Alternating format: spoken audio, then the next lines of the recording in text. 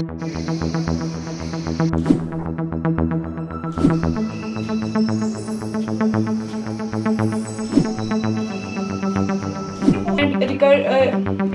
or needs, leading to disagreements between groups of people and negative impacts on people and or wildlife. Human-wildlife conflicts are becoming more frequent, serious and widespread. Population growth, agricultural expansion, infrastructure development, climate change and other drivers of habitat loss. Human-wildlife conflicts can occur whenever wildlife and human population overlap. So any factor that forces wildlife and people into closer contact makes conflicts more likely. Much work to date has focused on interventions to reduce impacts on people and retaliation against wildlife, such as creating barriers, deploying deterrents, or moving wildlife. In the absence of consultative, collaborative processes with stakeholders, these measures often have limited success.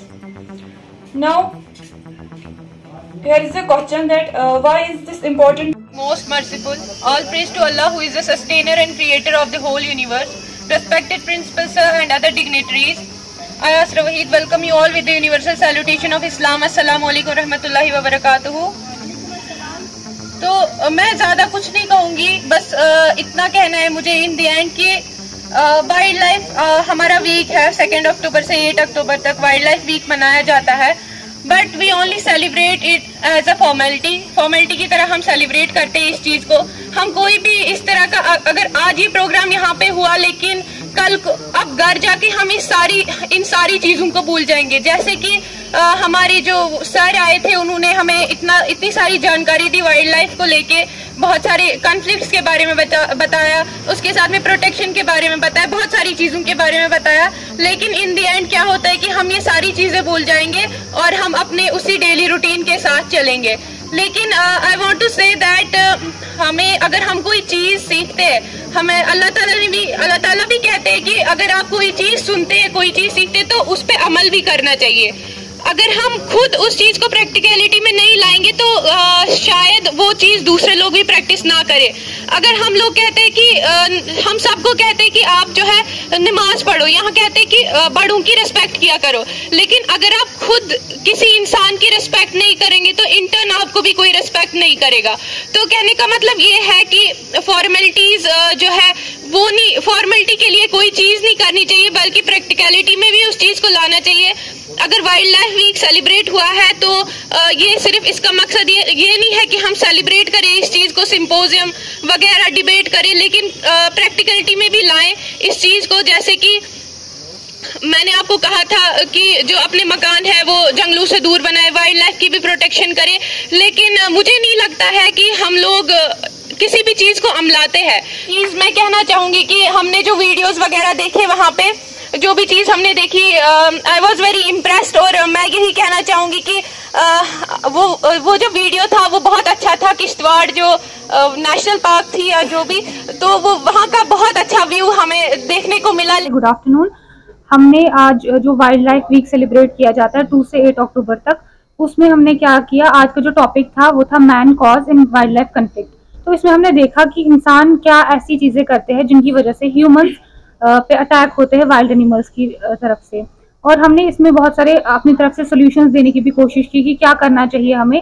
इसमें बहुत सारे causes होते हैं, जैसे कि deforestation हमने देखा, settlement expansion होती है, उसकी वजह से भी जो है जानवर सिटीज में आना शुरू कर देते हैं। इसके अलावा हम पोचिंग करते हैं, उसकी वजह से भी ये भी एक मेन कॉज माना जाता है।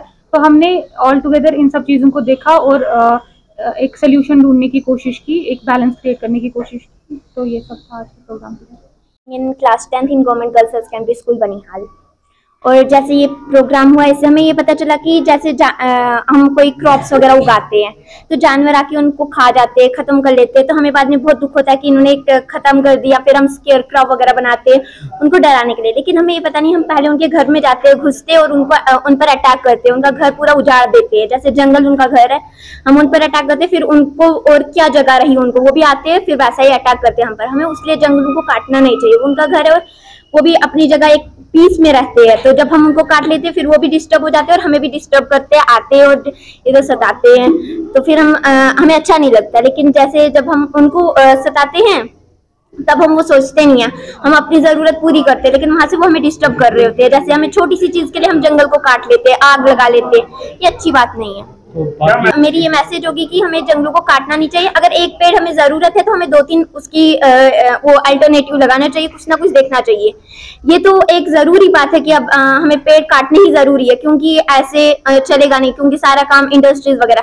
लेकिन हमें ये भी तो है, क्रॉप्स भी उगानी होती है, लेकिन हम साथ में लगा भी सकते हैं ना, वहां पर जहाँ पे काट रहे हैं वहां पे साथ में लगा लो एक और पेड़, तो फिर कुछ नहीं होगा, उतना ज्यादा लॉस नहीं होगा। हम at a large scale deforestation अच्छा नहीं लगता, क्योंकि फिर जानवर हमारे ही घर पर आकर रहेंगे, वो तो कोई यहाँ तो एक्सटिंक्ट हो जाएंगे, तो फिर उनकी ये जरूरत यहाँ है। सब चीज बैलेंस के लिए, नेचर में अगर बैलेंस चाहिए तो हर चीज की बराबर अहमियत है, पार्टिसिपेट करना चाहिए। फिर फर्स्ट सेकंड थर्ड की बात नहीं है, लेकिन एक्सपोजर तो होता है, बहुत कुछ मिलता है, सीखने को मिलता है। और अगर प्रैक्टिकली लाइफ में हम अपनाएंगे, हम जंगल नहीं काटेंगे, जैसे हम ड्राइंग पर बता रहे कि जंगल मत काटो, लेकिन फिर हमें अपनाने की भी वो लाइफ में कि हमें नहीं काटने चाहिए। जैसे हमारे एंसेस्टर्स ने काटा और हमारे प्रॉब्लम क्रिएट कर ली, लेकिन हमें अपने फ्यूचर जनरेशन के लिए ऐसा नहीं करना चाहिए।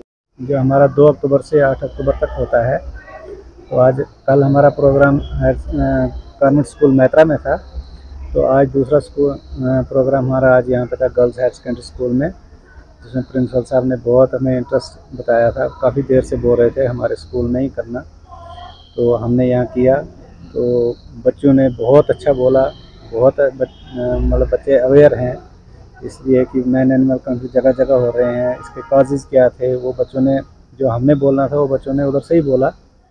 तो मैं बहुत खुश हूँ, इस इंस्टीट्यूशन से भी खुश हूँ, और जो बच्चों में हम खुश हैं कि जो बच्चों में हमने अवेयरनेस करना था वो उधर से ही हमें बता रहे थे कि ऐसे ऐसे these are the factors why this conflicts are being occurred. ये पूरे दुनिया में है, ऐसा है, क्योंकि एनक्रोचमेंट जगह जगह है, इनका हैबिटेट, वाइल्ड लाइफ हैबिटेट ख़त्म हो रहा है, अर्बनाइजेशन हो रही है, रोड्स जा रही हैं, तो जिस वजह से वाइल्ड एनिमल जो है वो नीचे आ रहे हैं।